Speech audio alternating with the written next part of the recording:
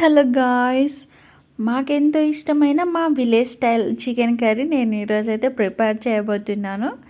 So మీతో share చేసుకుందామని మీకోసం ఈ వీడియో తీస్తున్నాను. సో మనమైతే మంచిగా కడాయి పెట్టి అందులో కొంచెం ఆయిల్ వేసి మంచిగా కట్ చేసుకున్న పచ్చిమిర్చి అండ్ కొన్ని బిర్యానీ ఆకులు మసాలా సిస్టమ్ ఉంటే వేసుకోండి. అండ్ కట్ చేసుకున్న టమోటోస్ వేసి మంచిగా మగ్గనివ్వాలి. మగ్గిన తర్వాత కొంచెం అల్లం వెల్లుల్లి పేస్ట్ వేసేసుకోవాలి. ఇదైతే నేను ఇంట్లో ప్రిపేర్ చేసుకున్నాను. ఇంట్లో ప్రిపేర్ చేసుకున్నది వేస్తే టేస్ట్ బాగుంటుంది కదా. సో మీరు కూడా ఇంట్లో ప్రిపేర్ చేసింది వేసుకోండి. మంచిగా మగ్గిన తర్వాత టమాటాలు, అందులో కొంచెం పసుపు వేసుకోవాలి. టర్మరిక్ ఆయిల్లో ఫ్రై అవుతే బాగుంటుంది.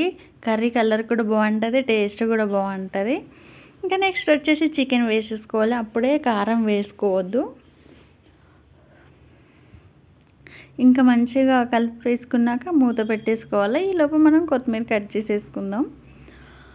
సో ఇంకా మగ్గింది కదా, నెక్స్ట్ కారం వేసుకుందాం. సో మా ఇంట్లో కొంచెం స్పైసీ ఎక్కువ తింటారు కాబట్టి నేను 3 టేబుల్ స్పూన్స్ అయితే వేసుకున్నాను.